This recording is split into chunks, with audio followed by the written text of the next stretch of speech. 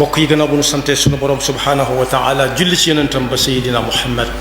sallallahu alayhi wa sallam noo ngi bal xaq ñépp tey balu xaq ñépp yàlla nanu yàlla boole jéggal di fàttalante ak sunu bokki jullit yépp loo xam ne naam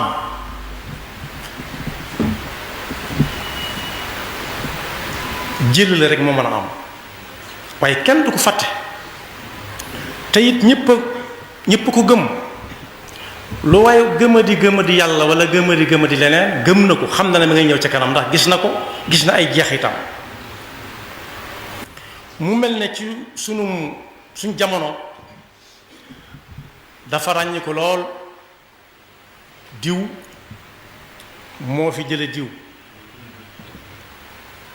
diw moo ko gaañ ba ca la doxe wuy ji suñu borom mu mel ne day bëgg doon aw xewit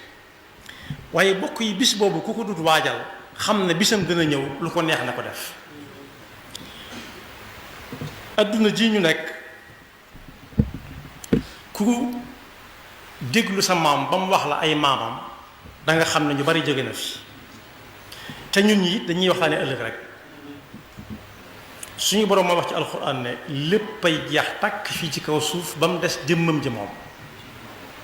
kullu man alayha faanin wa yabqa wajhu rabbika dhul jalali wal ikram am na fu mu waxee tam ne loo fi gis rek lu mu rëy bu dee tabaxlaak bu dee tatalaak lu mu mën di doon day dem ba far ni aw rëdd kullu shay'in haalikun illa wajha kon boog teeñoo waaj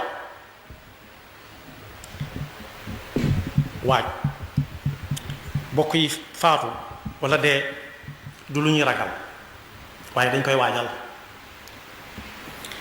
ku ko waajalut ragalu ko nag lu ko neex bay boo mu def waaye bisam a ngay ñëw nag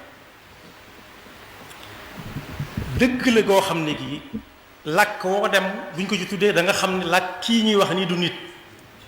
làkk woo dem da nga ci dégg ñu tuddee ko tur woo xam ne da ngay xam ne kii ñuy wax du nit lu fi nit yàgg-yàgg ak lu mu fi yàggati dana ko def ñaata la nit xam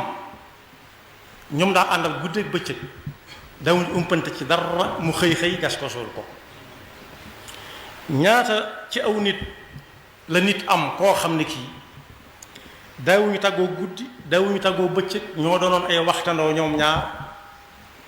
ñu xëy tàggoo te duutu ko nam